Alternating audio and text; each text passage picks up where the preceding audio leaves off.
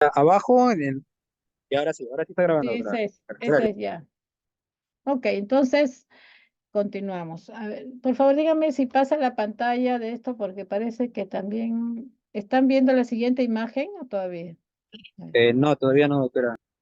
parece que se ha congelado ahí de.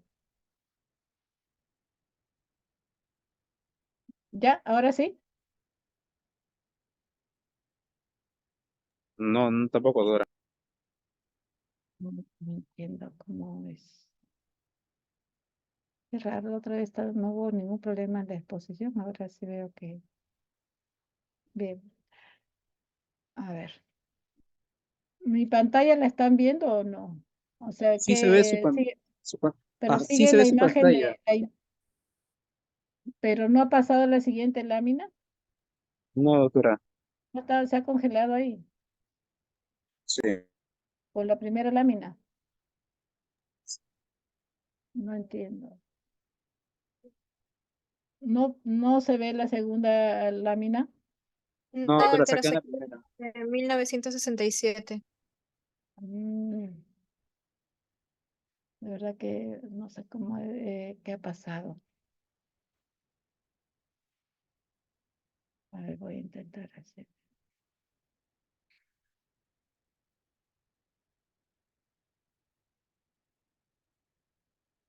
He dejado de compartir, creo, ¿no?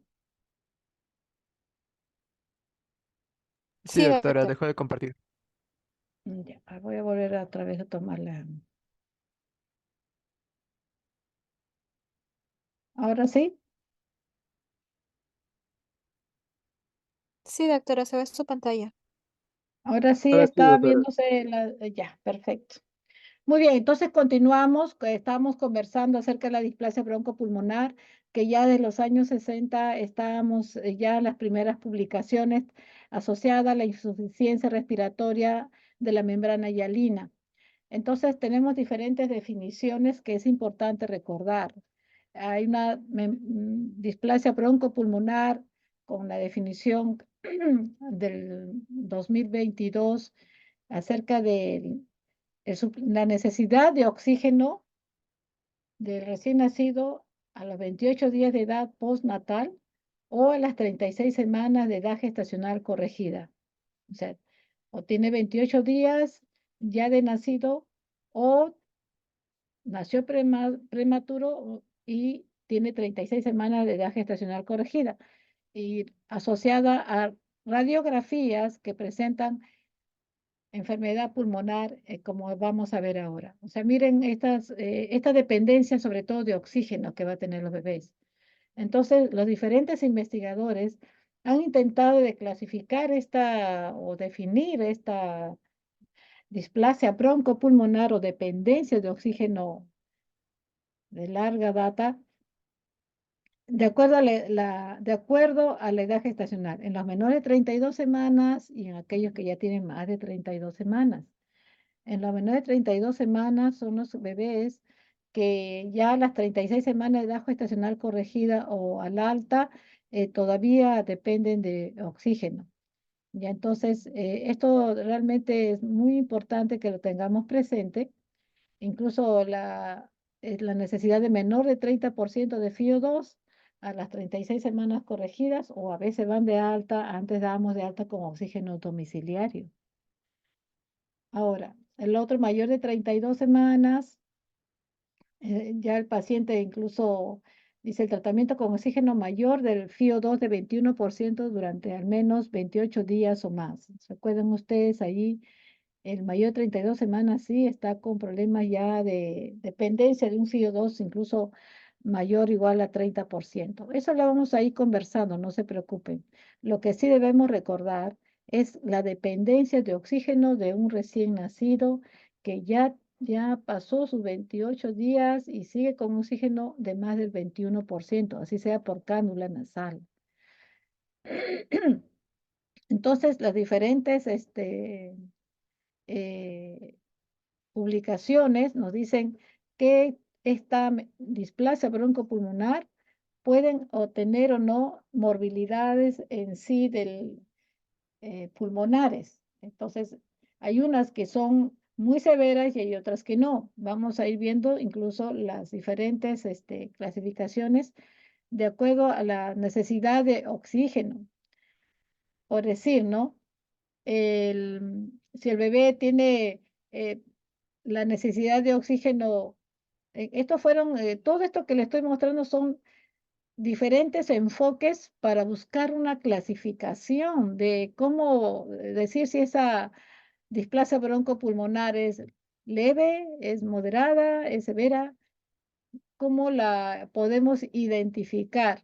Por eso que acá se les muestra cómo en el 2003 trataban de ubicar al menor de 32 semanas, cuánto de oxígeno va a requerir si ya tenía más de 28 días de nacido, ¿no? Y que podría a las 36 semanas tener necesidad de oxígeno. Y al mayor de 32 semanas, a los 56 días de nacido o a la alta. O sea, miren todas estas diferentes clasificaciones para decir, necesita oxígeno, no lo necesita moderado o necesita severo. Entonces, recuerden que la palabra clave es la necesidad de oxígeno en un prematuro que si vemos la edad gestacional corregida es más de 36 semanas. Como siguen los diferentes criterios para lograr definir qué es qué grado de displasia broncopulmonar tiene, como observan ustedes, comparan estos límites en los pacientes prematuros que ya pasó los 28 días y requieren oxígeno. Entonces, nuevamente, le reitero, son diferentes modalidades y diferentes investigaciones que se las menciono, pero solamente para que usted tenga una idea de cuán difícil es enfocar la displasia broncopulmonar y esto va cambiando de acuerdo a los diferentes resultados de las investigaciones que se tienen. Entonces se buscan siempre consensos de qué necesidad de oxígeno tiene este bebé, de acuerdo a su edad o de acuerdo por ejemplo, estos bebés, ventilación mecánica invasiva o lo que no lo es, como el CPAP o cánulas nasales o las cánulas de alto flujo, cómo va variando todo esto es importante para la concentración de oxígeno que van a requerir. Entonces, esto obliga a los investigadores a tomar decisiones de cómo lograr un consenso para el diagnóstico de esta enfermedad de displasia broncopulmonar en los bebés prematuros. Entonces, mire, hay 18 definiciones para decirles que más o menos lo complejo que es esta patología. Y ya vemos pues que se buscan estandarizarlas a través de la medicina basada en la evidencia y entre otras, ¿no? Y lograr cómo puede ya tener otras variables, tales como la mortalidad o la morbilidad respiratoria. Entonces, en este caso, la clasificación, ya al final, ya para evitar confusión, es que se logra ver qué modo de apoyo o de soporte ventilatorio se está dando al bebé prematuro a las 36 semanas de edad corregida, nada más, cómo le estamos dando, independientemente incluso de la suplementación de oxígeno, porque antes decíamos, requiere tanto FiO2, tiene leve, requiere más de 30%, una displasia moderada, entre otras evaluaciones que trataban de buscar para definir el diagnóstico de displasia broncopulmonar en el prematuro. Miren, ve, en el estudio hubo un estudio prospectivo con 2.677 prematuros menores de 32 semanas. El 90% de ellos eran menores de 27 semanas y buscaron esta clasificación de no tratar de llegar a un consenso. Entonces dijeron, el objetivo de ellos era determinar cuál de las 18 definiciones revisadas y preestablecidas de displasia broncopulmonar predice mejor la muerte o morbilidad respiratoria grave a los 18 o 26 meses de edad corregida, o sea, al año y medio y a los 2 años y un poco más. Entonces, esta al final es la que ahora está como consenso, buscar qué pasó y qué en ese recién nacido que requiere oxígeno incluso de meses, que no lo podemos destetar porque desatura o presenta alguna otra morbilidad. Entonces, más o menos, esta ya es ver cómo son los grados de displasia broncopulmonar. No hay displasia cuando el bebé está respirando aire ambiental, sin nada de oxígeno, sin nada de apoyo, ningún FIO2. Y acá ya ponen ya a través del grado 1, que está con cánula binasal, pero menos de 2 litros por minuto. El grado 2 está con cánula binasal, pero requiere más de 2 litros por minuto o requiere presión positiva continua de la vía aérea o CPAP. Y el grado 3 ya es que requiere ventilación mecánica. Más o menos son los soportes administrados a las 36 semanas este bebé de edad corregida. Por favor, esto sí es importante. Miren, esta definición, por ejemplo, nos llama la atención de que buscan los litrajes, los soportes de fase 1, que es el grado 1, ¿no? El grado 2 es CPAP y el grado 3, ventilación mecánica, pero no nos habla de cuánto de FIO2 o fracción inspirada de oxígeno requiere este bebé. Solamente nos dice la modalidad de soporte ventilatorio a las 36 semanas. ¿Ya? Es el modo de asistencia respiratoria o ventilatoria, que es una de las clasificaciones últimas. Ahora, como les mencionaba, diferentes investigaciones buscan la capacidad para predecir el resultado en función a la gravedad de la displasia broncopulmonar. Recordemos que eh, si está en grado 3, como su nombre lo dice, y depende del ventilador mecánico, pues ese es más grave, más serio. Se asocia a mayor letalidad.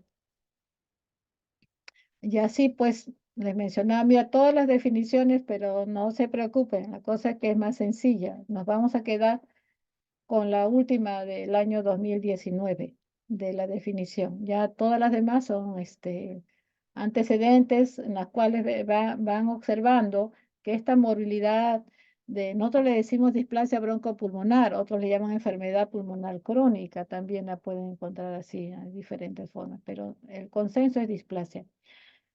Bueno, una vez que ya superamos esta parte de las 18 definiciones, pero nos quedamos con la última de leve, moderada y severa, tenemos que ver qué pasa, por qué se va a producir esta enfermedad y por qué los investigadores durante décadas están buscando consensos. Recordemos que la maduración pulmonar de la estructura anatómica desde etapa antes del nacimiento, tenemos diferentes etapas para formar las vías respiratorias, ¿no? Tenemos el periodo embrionario, pseudoglandular, canalicular y sacular. Y dependiendo en qué estadio de estas semanas de embarazo tiene el bebé, vamos a tener las consecuencias de esa sobrevida y la inmadurez de la vía respiratoria. Observen ustedes, pues, un bebé que está de 26 semanas. Miren, está en etapa canalicular, miren sus células, sus neumocitos. Tenemos acá las células ciliadas, están formándose recién la estructura de la mucosa de la vía aérea, pero miren cómo están sus bronquios, están a la canalicular, miren, te voy a tratar de usar el plumón de acá.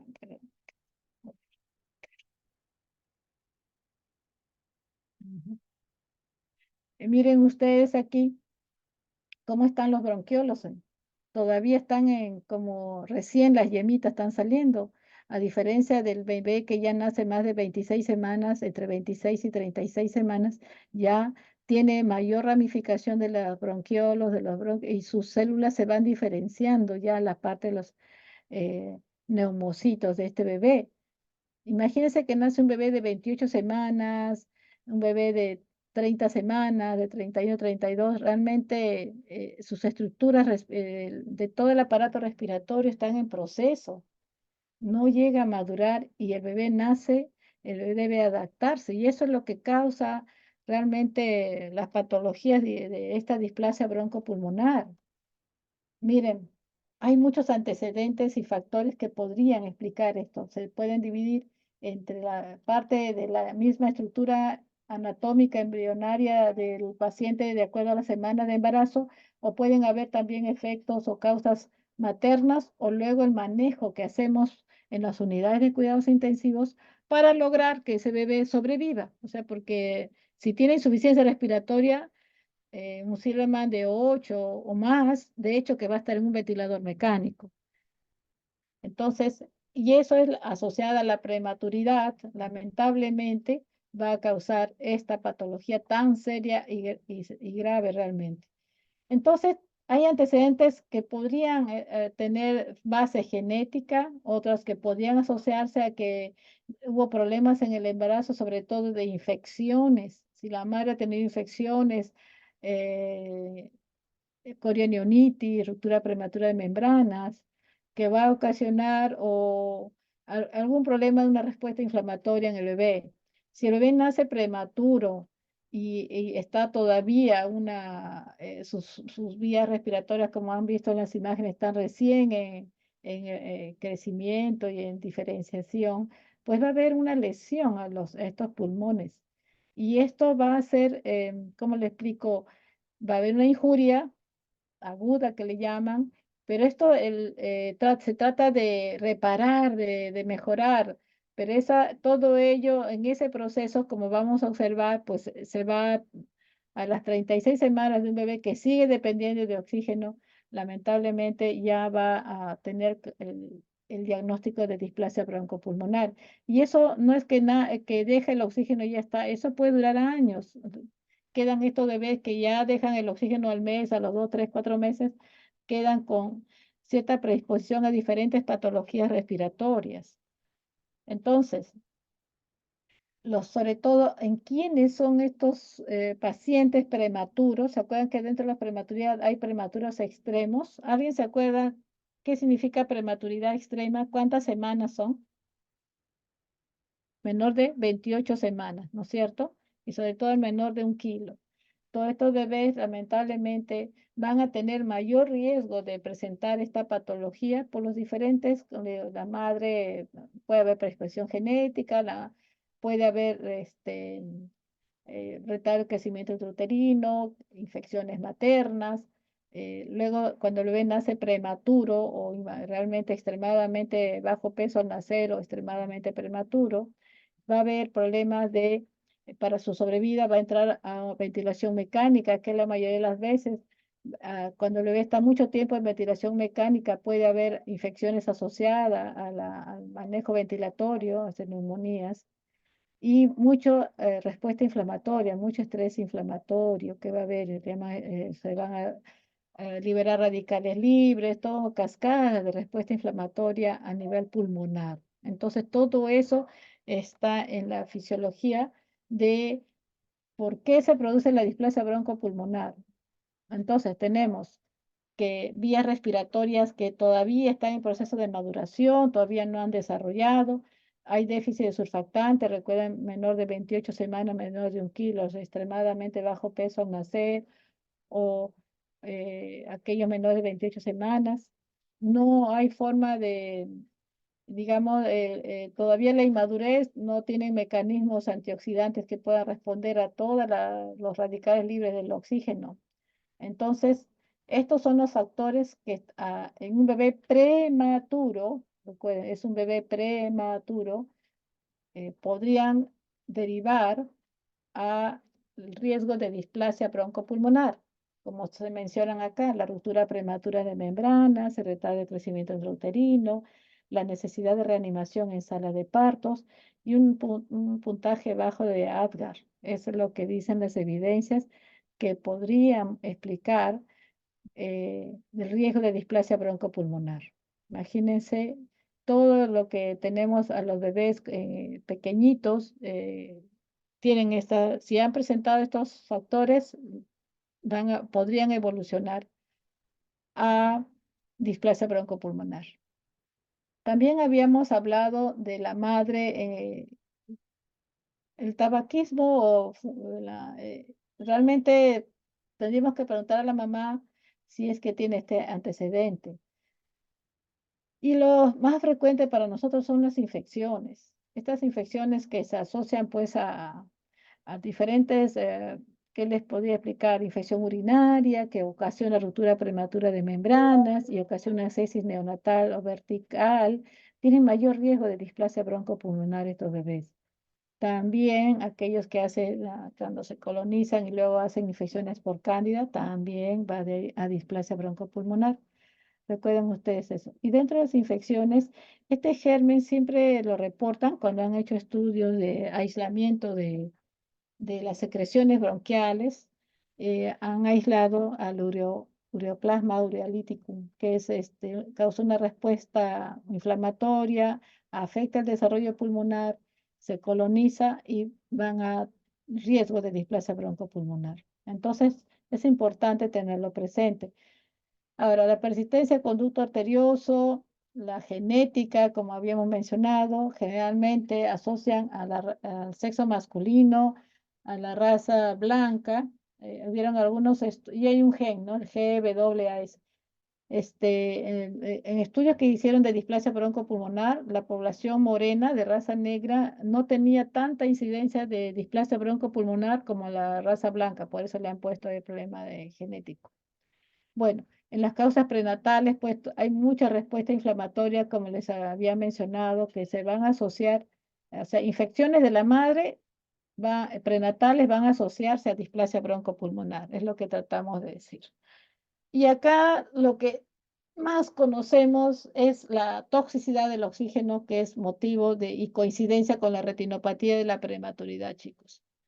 Miren, toxicidad del oxígeno. Hay injuria pulmonar aguda por la toxicidad del oxígeno, por la liberación de radicales libres. Hay problemas de barotrauma porque le ponemos mucha presión, le ponemos mucho pico, mucha presión inspiratoria máxima.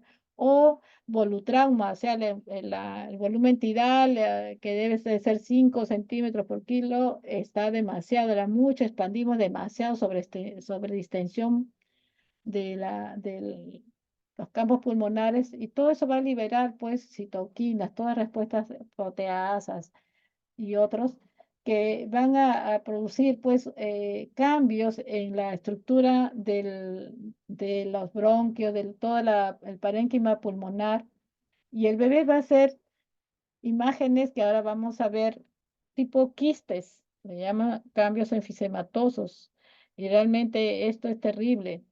Esta respuesta inflamatoria también va a producir muchas secreciones, va a haber problema de telectasias pequeñas con hiperinflación de otras áreas. Eso es muy importante que lo consideren.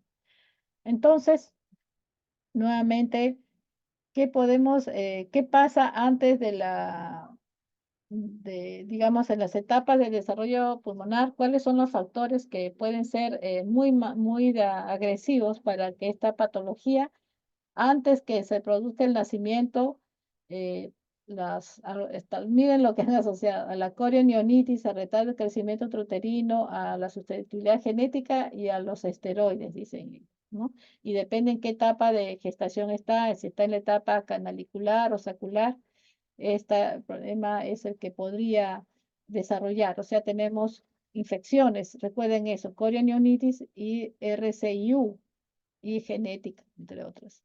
Y los postnatales, lamentablemente también, para lograr la sobrevida de este bebé, debemos usar ventilación mecánica si el bebé lo requiere. Y todo eso va a asociarse también otra vez a infecciones, porque son procedimientos invasivos. Hay que colocar un tubo endotraqueal. A veces la necesidad de colocar esteroides postnatales, que eso incluso los padres tienen que firmar consentimiento porque se asocia a alteraciones en el neurodesarrollo, los corticoides postnatales, después que nace el bebé. Tenemos que tener mucho cuidado con la hidratación, no congestionar los pulmones de ese bebé. Estos bebés no manejan bien los líquidos. Y también problemas de nutrición en los cuales estos bebés no ganan peso, estamos en problemas porque restringimos volumen o a veces se usan diuréticos. Entonces, ustedes observan acá, miren, es lo que no sé si pueden ver estas placas de estos bebés, miren cómo está los cambios que se van a realizar en la displasia broncopulmonar. Esto de acá pueden ver antes de que iniciara el surfactante. Recuerden ustedes que esto es presurfactante. Para lograr que el bebé pueda respirar, se colocaba en ventiladores. No sé si ustedes pueden ver estas imágenes quísticas como bulas, porque teníamos que elevar mucho la presión para que pueda, al no haber surfactante, para aplicar surfactante, el pulmón se dañaba muchísimo. Entonces, esto es la sobredistensión que estábamos conversando. Miren, este pulmón está muy lesionado, de verdad, muy lesionado. Luego ya conforme las unidades de cuidados intensivos y de acuerdo a cómo hemos manejado más gentilmente y aplicado surfactante, pues ya esto va mejorando. Entonces, en Estados Unidos, la displasia broncopulmonar más o menos afecta de entre 10.000 a 15.000 neonatos. El 85% de ellos son menor e igual a 22 semanas de edad gestacional, imagínense, al momento de nacer. Para nosotros no sobrevivimos un menor igual a 22 semanas, no logramos sobrevivirlo. Y el de 28 semanas, un 23%. Entonces, de aquí sí estamos en este grupo. Y si hablamos de peso, es pues a menor peso, mayor riesgo de hacer membrana hialina, sobre todo a los menores de 700 gramos, entre 500 y 700 gramos, el 85% de estos bebés va a hacer displasia broncopulmonar. En resumen, menor edad gestacional y menor peso al nacer, tiene más posibilidades de los que sobreviven a hacer displasia broncopulmonar o una dependencia crónica del oxígeno, ¿ya? Que es lo que tratamos de explicar en estas imágenes también. Es más, hablemos de este bebé. Como les mencionábamos, hay muchas clasificaciones, no nos hagamos problemas. Lo que sí debemos recordar es que esta patología está presente en los prematuros extremos, menores de 28 semanas, sobre todo en los menores de 1 kilo. Eso lo tenemos siempre a considerar, por eso ténganlo, recuerden esa parte, ¿no? No, lo demás es una información que sí lo tienen presente, pero hay que tener considerar, en nuestro caso, la toxicidad del oxígeno. Para nosotros, en todas las unidades de cuidados intensivos, manejamos siempre los blenders, los mezcladores de oxígeno. Acá sí hablamos del CO2. Para nosotros esa es la piedra angular en el manejo oxigenatorio, así sea con cánula binasal, así sea con casco cefálico, ¿cuánto de oxígeno le estoy dando? Entonces, acá ya nos interesa mucho si es una displasia broncopulmonar leve, cuánto de FiO2, menor de 30% a las 36 semanas. Aquí ya se complementa la displasia incluso moderada, va a tener un FiO2 más de 30% a las 36 semanas, y la displasia grave va a usar CPAP, va a usar ventilación mecánica invasiva, pero ya eh, como le reitero, más la parte del el FiO2 más alto. Entonces, eso es lo que quisiera que recordaran. Este es el estudio que les mencionaba, que los bebés de raza negra que nacían antes de las 28 semanas tenían menor riesgo de displasia. Entonces trataban de buscar qué le pasaba, qué era lo que había de diferencia, ¿no? Esto también, estas imágenes son ilustrativas de cómo va. Por ejemplo, un bebé que nace de 25 semanas, mira, esto es pulmoncito, ya le aplicaron surfactante. A las 2 semanas después, si sigue con intubación, este bebé, si sigue en ventilación mecánica, van a ver los cambios radiográficos, imágenes quísticas, no sé si ven como pequeñas bulitas, que está en la imagen C. Miren ustedes, pues no sé si pueden ver sus computadoras estas imágenes quísticas que están en la imagen radiográfica C. ¿Pueden verlo? Entonces, Sí, esto doctora.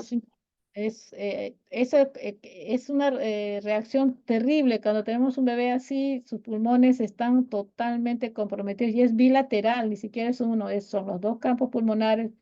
Y esto realmente es de difícil manejo. Si está conectado a un ventilador mecánico, realmente se acoplan a su ventilador y no lo sueltan. Y eso es lo que hace la larga estancia. Por eso hay que tener mucho cuidado con el manejo. Son las diferentes imágenes que vamos a ver. Recuerden que va a haber imágenes quísticas nada más, ¿ya? Las tomografías también te dan esta hiperinsuflación que se ve y que nos ayuda a detectarla en las imágenes. Bueno, vamos a hablar acerca de cómo prevenir. Con eso ya concluimos esta partecita. Recordemos, por favor, recuerde que esto también sirve para la retinopatía que ahora vamos a tratar. No dar oxígeno a menos que sea imprescindible. Recuerden que el oxígeno es un fármaco.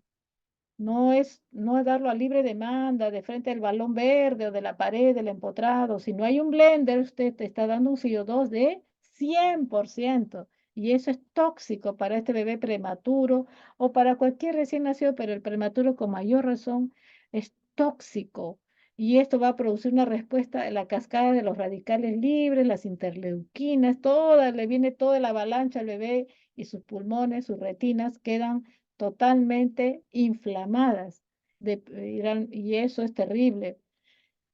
Incluso en la reanimación neonatal, nosotros el consenso es que todo bebé que es mayor, por ejemplo, de 35 semanas para adelante, FIO2, 21%. Al menor de 35 semanas podríamos iniciar con 21 y llegar máximo al 30%. Tengan ese cuidado.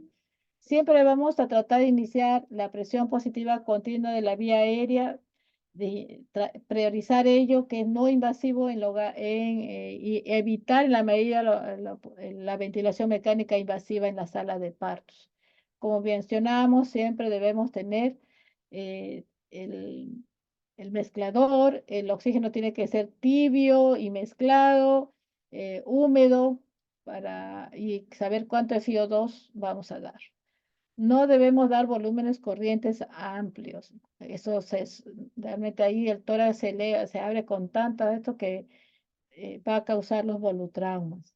Y a tener mucho cuidado con eso. O sea, nosotros a estos bebés prematuros desde que nacen tenemos que darle ventilación a presión positiva con un resucitador de pieza en T o en vez de las bolsas autoinflables, el resucitador de pieza en T, tú puedes graduar cuánto de presión máxima, cuánto de mínima le vas a dar, aparte del blender.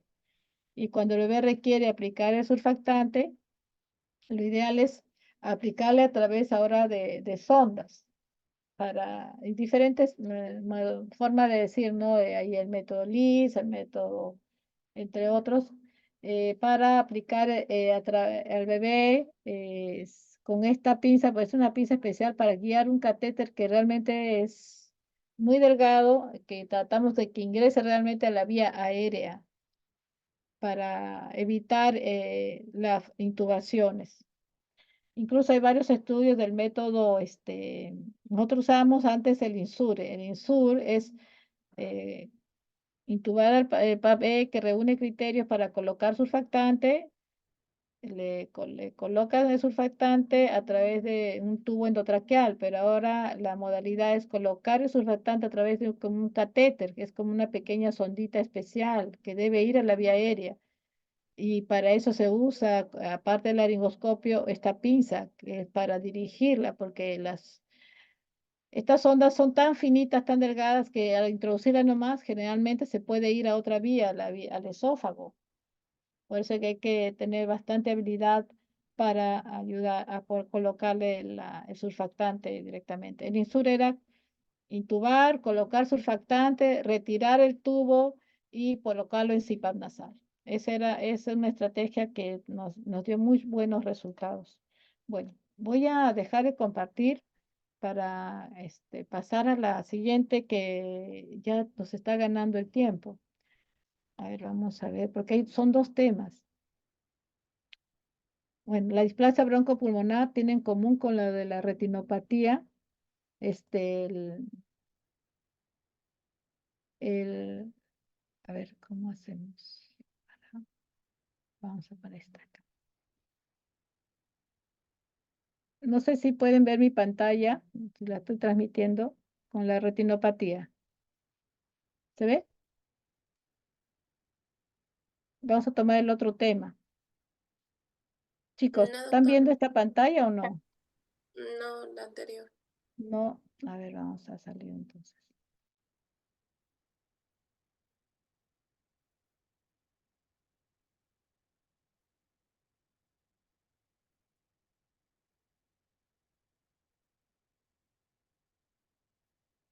¿Tampoco? Sí se ve la pantalla, pero ahorita está moviendo, se quedó en la 30, doctora. Doctora, para Estoy poner el viendo, otro PPT, estoy deje pasando a la de... otra, a la otra exposición que es la retinopatía y la prematuridad. Ahorita Entonces, está enganchado con esta diapositiva. Tendría que salir y volver a compartir otra vez, pero de la otra diapositiva. Ah, ya, ya.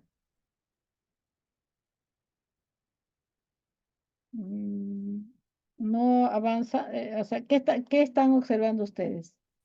Sí, avanzó, doctora. Creo que está en el niño ciego por lugar de procedencia. Ok, ya, perfecto. Entonces, cuando hablamos de retinopatía de la prematuridad, lo que tiene en común con la displasia broncopulmonar es que son consecuencias del uso de oxígeno. La respuesta inflamatoria que va a la toxicidad del oxígeno en un bebé prematuro es lo que tienen en común. Uno va a afectar toda la vía respiratoria en su formación, en la realmente en el tejido que queda como cicatrices, como han visto esas bulas, todo eso, el bebé al ganar más edad va generando tejido nuevo, pero eso realmente se ve en los prematuros. Y esta otra patología que estamos observando, realmente la secuela neurosensorial más terrible también que tenemos es la ceguera. La ceguera asociada a retinopatía de la prematuridad, que en todos los departamentos, como observan acá, puede estar presente. Entonces, es por eso que es un tema que tenemos que revisar y tenerlo en conocimiento. Todos los departamentos mencionados, hay ya niños ciegos, no es que están, que le van a hacer tamizaje oftalmológico, son niños que ya son ciegos, que están en una escuela de ciegos. Y nuestro trabajo como médico profesionales de la salud es prevenir eso. ¿Por qué? Imagínense un niño un ser humano que el peruano promedio de vida 70 años va a ser ciego. Todo porque nació prematuro y no tuvimos la oportunidad de brindarle una atención y una evaluación por oftalmología, es uno, y lo otro, no tuvimos lo necesario para graduar la entrega de oxígeno. Por eso, asociada a la mejor sobrevida de recién nacido prematuro que antes fallecían, los menores de 1 kilo hace 30 años atrás no sobrevivían, ahora sobreviven en más del 50%. Esa sobrevida está también asociada al riesgo de la retinopatía, de la prematuridad, del grado 3, que produce desprendimiento de retina y queda ciego el niño de por vida. Se entregamos vivo al bebé, a sus padres, pero ciego. Y eso es lo que tenemos que prevenir. Este es un problema de salud mundial, es un problema de salud pública. Entonces,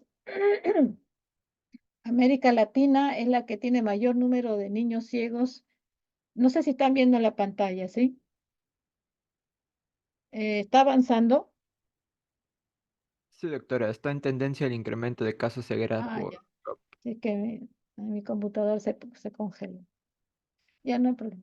Sigamos. Entonces, esta tendencia de incrementar los niños ciegos en la escuela de niños ciegos en Perú, realmente para nosotros es terrible. No es solamente entregar al niño vivo, no, mira, ya tu hijito está vivo. Nació con 700 gramos y el bebé se lo entregamos a sus padres después de 3, 4 meses de que ha hecho displasia, que ha hecho todo y ha hecho retinopatía grave. Por eso que es muy importante tenerlo presente asociado al manejo adecuado de la entrega de oxígeno. Miren, en la Sociedad Peruana de Pediatría se hicieron diferentes estadísticas para mostrarle que todos tienen algún niño que sobrevivió, pero en su evaluación tuvo ceguera. Entonces, lo que queremos acá es lograr que sea este bebé evaluado al tiempo promedio, por decir, ¿no?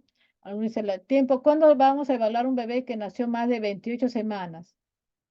¿No? Entonces, la edad de la primera evaluación debe ser entre las 4 y las 6 semanas de sobrevida, idealmente a partir de las 31 semanas o 32 semanas, ¿sí? Entonces, eso es uno. Lo otro, ven ustedes que a menor edad gestacional todos van a tener en 31 o 31, o sea, a partir de 31 semanas, idealmente a partir de las 32 ya se puede hacer evaluar por el oftalmólogo que le hagan un fondo de ojo a ese bebé para que puedan detectar si tiene o no retinopatía. Recordemos que la entrega de oxígeno empieza desde sala de partos, desde que el bebé nace. No es que después, desde que nace, más aún si es prematuro, de acuerdo a los niveles de saturación, vamos a entregar oxígeno. Por eso es que es importante tenerlo presente. ¿Qué sucede cuando el bebé presenta dificultad prematuro con dificultad respiratoria, sobre todo? Este es un gráfico que me gusta mucho que nos ilustra miren, ve, la oxigenoterapia controlada como tal en verde debe contar del equipo básico, de tener blender, debemos disponer de humidificador calefactor, el equipo necesario para brindar una forma adecuada del oxígeno. Y aparte, tiene que tener recurso humano capacitado, entrenado para una adecuada entrega de oxígeno. El CPAP, lo mismo, y más aún los ventiladores mecánicos. Pero lo que queremos es que la base de este triángulo está en la base de oxígeno fase 1 incluso.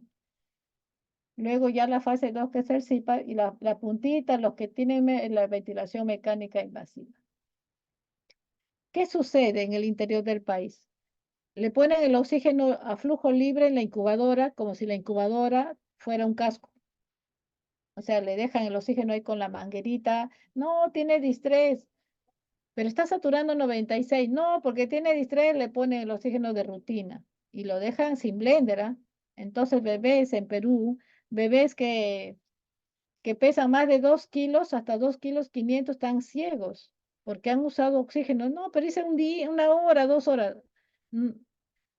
No sabemos cómo va a responder esta toxicidad del oxígeno en el prematuro y se puede asociar a ceguera. Eso es lo que trato de explicar.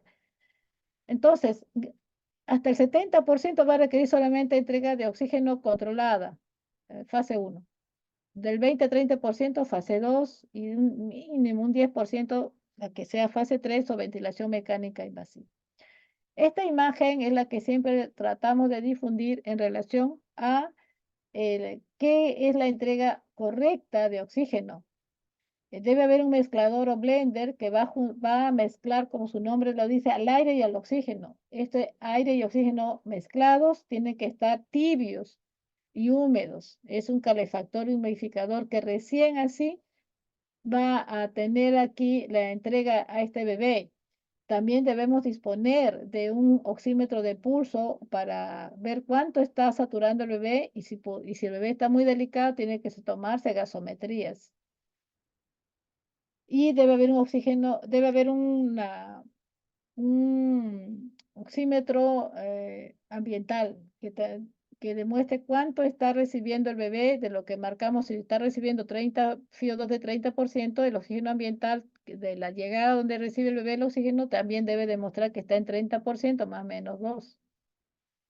Ahora, entregar el oxígeno para un bebé que lo requiere por un distrés respiratorio, dificultad respiratoria, tiene varios aspectos y acá solamente para mencionar. El estándar es el verde, como ven ustedes, la situación crítica es el amarillo y el rojo pues es una situación grave. Para entregar oxígeno, miren ustedes, ¿cuántos pacientes por enfermera debe haber en la UCI? ¿No? Eso es muy importante. ¿Cuántos pacientes va a haber por enfermera en los intermedios? ¿Cuántos dispositivos para brindar oxígeno tibio y concentrado debo tener? ¿Cuántos analizadores de oxígeno ambiental? ¿Cuántos oxímetros de pulso por paciente? ¿Cuántos ventiladores mecánicos debemos tener? Debe haber radiografías portátiles y gasometría arterial las 24 horas. Esto es lo mínimo que debe tener el hospital o el lugar donde nace el bebé para brindar oxígeno, dependiendo si tiene UCI o tiene intermedios. Entonces, miren ustedes, una enfermera en la UCI máximo debe tener 2 pacientes que requieren oxígeno o ventilación mecánica en este caso. En intermedios es una enfermera para 4 bebés. Tiene que tener oxígeno, debe haber blenders, analizadores, imagínate, y un ventilador mecánico por cada 1000 nacidos al año. Entonces, la institución que tiene, por decir, 3000 o 4000 recién nacidos, debe tener entre 4 ventiladores, por lo menos, porque esos bebés tienen, por estadística, ya se tiene el estándar. Lamentablemente, en Perú, todos estamos en rojo.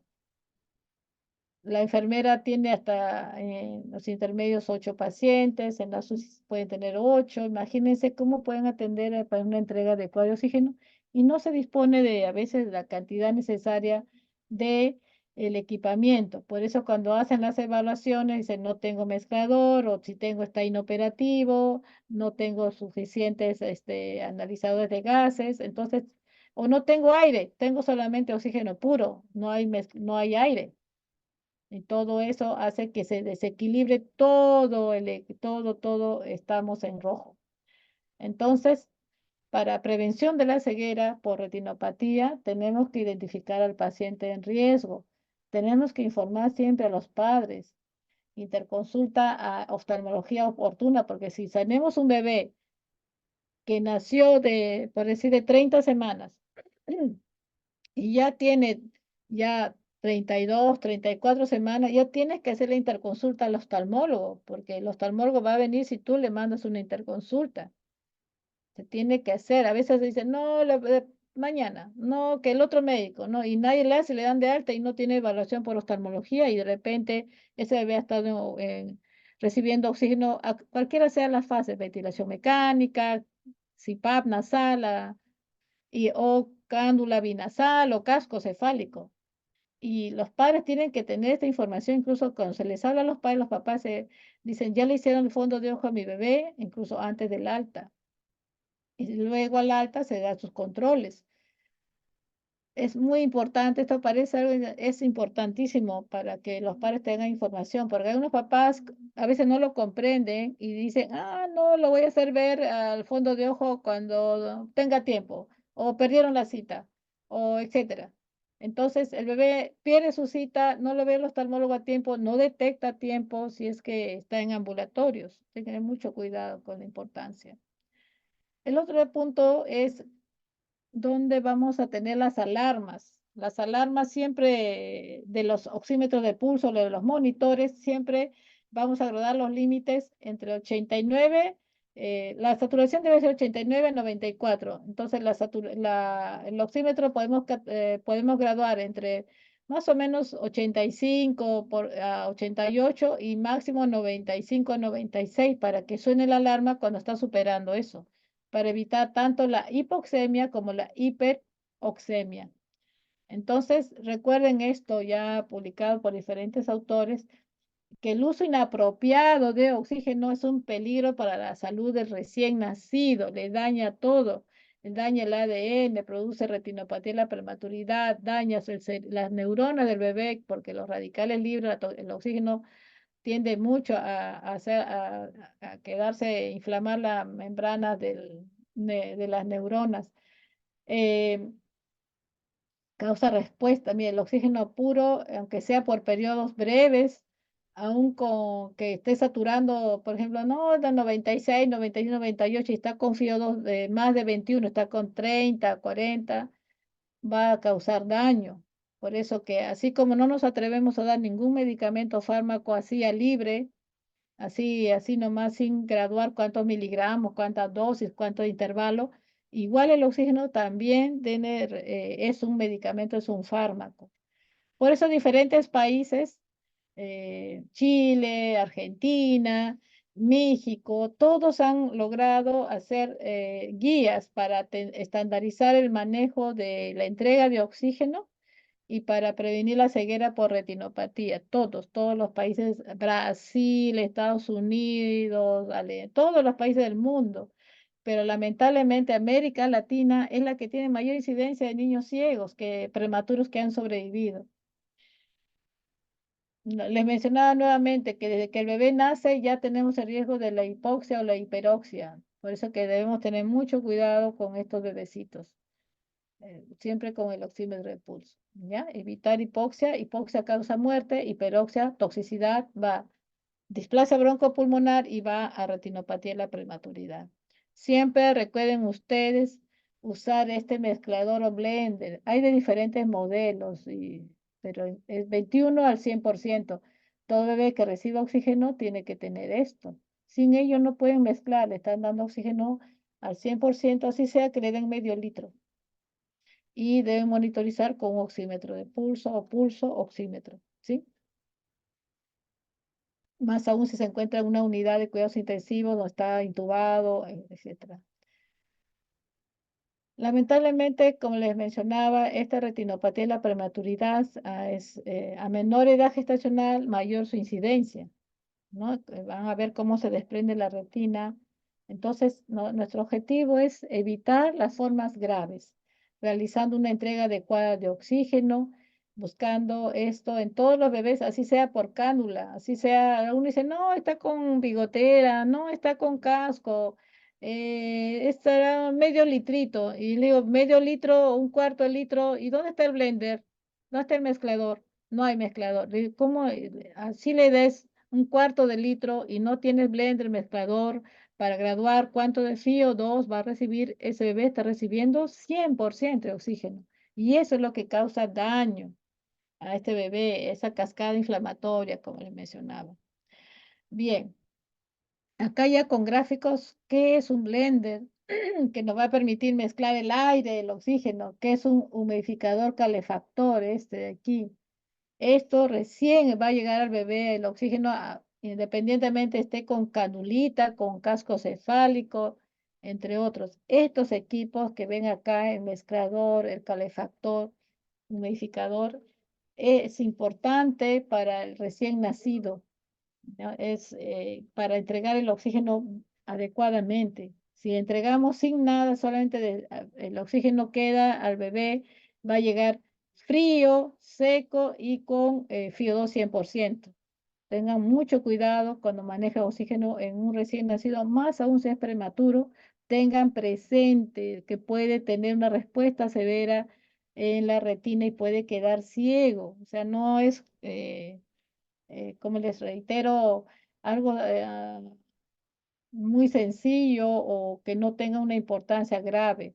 En Perú tenemos muchos niños ciegos, prematuros que han sobrevivido y que lamentablemente por la ausencia de esta adecuada administración de oxígeno, incluso en Lima, hay hospitales que no tienen aire, no tienen aire comprimido, solamente tienen oxígeno puro. Los balones verdes, no tienen los balones negros, no hay redes para aire, entonces si no hay aire, no puede, el mezclador no funciona. O tienen, pero no hay mezcladores, no hay blenders, o no tienen calefactor y modificador, no hay, entonces el niño recibe el oxígeno totalmente mal, inadecuado, y esto va a ocasionar displasia broncopulmonar, va a ocasionar retinopatía de la prematuridad y otras cosas más. La retinopatía lo podemos diagnosticar con el fondo de ojo. La displasia broncopulmonar por la dependencia prolongada de oxígeno, más de 36 semanas y depende de oxígeno, ya está con displasia. Son dependencias de oxígeno, pero cada uno con consecuencias terribles. Más aún esta que es neurosensorial. Cuando pasen por los diferentes lugares donde un bebé, así sea prematuro o de término o sea lactante y reciba oxígeno, vean este aparato. Este es el famoso blender, licuadora, mezclador, esto. Hay diferentes modelos, ¿no? Ahora hay más pequeñitos, incluso 21 hasta 100%. 21 es lo que nosotros respiramos. 100% ya es oxígeno puro. Por favor, tengan eso siempre presente. Si el bebé no tiene este equipo y está recibiendo oxígeno, realmente el riesgo de la retinopatía es gravísimo. Este más o menos armado. Esto fue nuestro primer blender de nuestro servicio de hace muchos años. Está el blender o mezclador.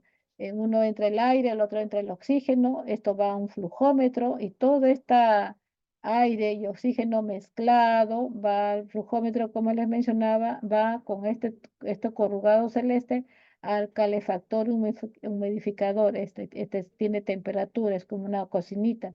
Entonces, el aire y el oxígeno mezclados acá se entibian y esto tiene agua, se humedece y recién eso entra al bebé. No es que de frente entra el oxígeno puro. ¿Ok?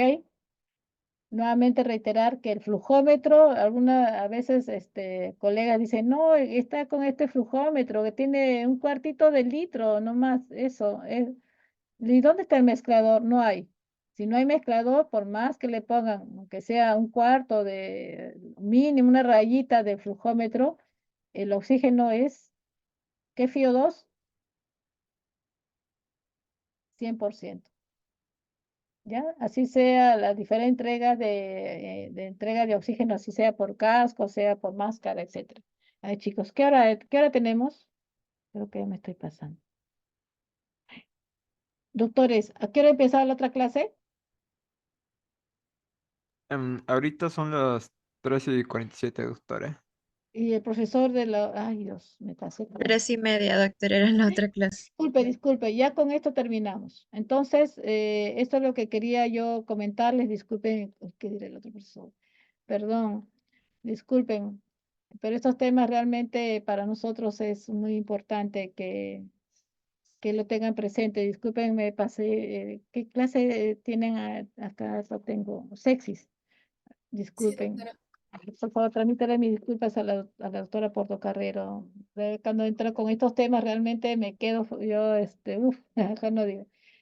Cuídense mucho, muchas gracias. Disculpen la media pasada de tiempo, traté de no hacer. Muchas gracias, chicos, cuídense mucho. Muchas Gracias, gracias, doctora. Gracias, doctora. Ya, hasta pronto. Bien. Doctora, disculpe, no se olvide de parar la grabación, por favor. Lo paro, ¿no?